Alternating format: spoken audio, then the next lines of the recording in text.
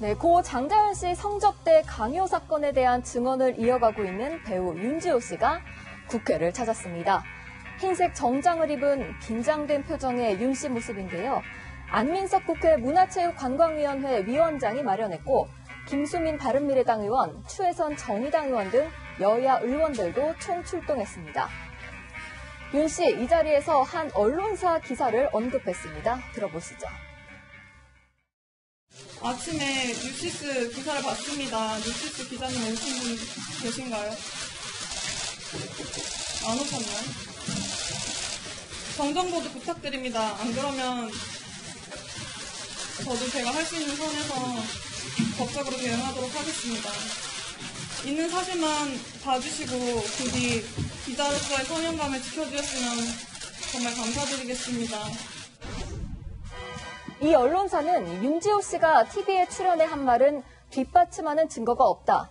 윤 씨는 신변의 위협을 느낀다면서도 SNS 라이브 방송으로 일상을 공개 중이다라고 보도했습니다. 윤 씨가 문제 삼을 만한 내용이긴 한데요. 윤 씨는 고 장자연 씨에 대한 증언을 한 뒤 신변 위협을 느껴 경찰 비상호출 버튼을 눌렀음에도 응답이 없었다고 주장했고 경찰은 담당자의 업무 소홀을 인정했습니다. 윤 씨는 오는 14일 국회에서 북콘서트를 하고 어머니가 계신 캐나다로 떠날 예정입니다. 남양유업 창업주의 외손녀 황하나 씨가 마약 투약 혐의로 구속됐죠. 박범계 더불어민주당 의원은 SNS에 황하나 씨가 수사 한 번 안 받았다고요.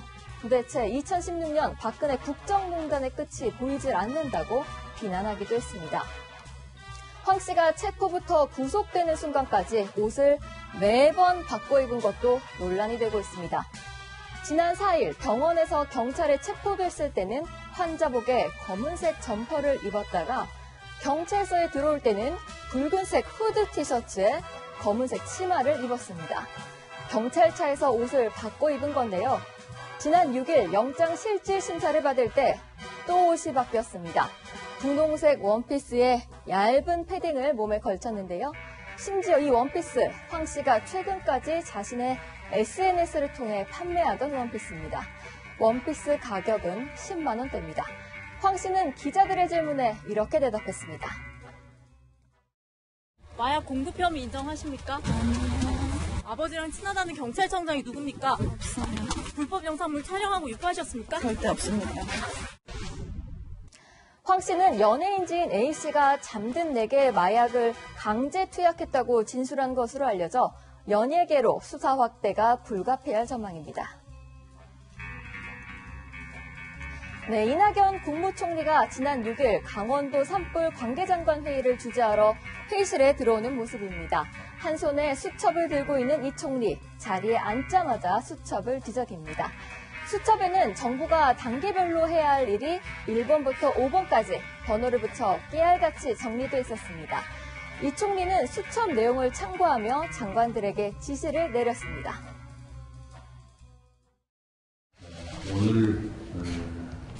오늘부터 해야 할 일을 단계적으로 말씀드리겠습니다. 첫째는 잔불 정리와 뒷불 감시입니다. 이것은 현지에서 자질 없이 해주시기 바랍니다. 이 총리의 비서실장이 수첩 내용을 SNS에 공개한 것을 두고도 여러 가지 말이 나오고 있는데요. 총리가 대처를 잘했다는 칭찬도 이어지지만 시샘일까요? 비판하는 목소리도 있습니다. 이현주 바른미래당 의원은 박근혜 전 대통령의 별명인 수첩공주를 빗대서 전 정권 때는 수첩공주라 비판하더니 수첩왕자는 괜찮습니까? 내로남불 끝이 안 보인다 이렇게 저격했습니다.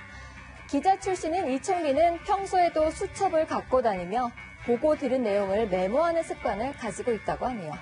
지금까지 순간 포착이었습니다.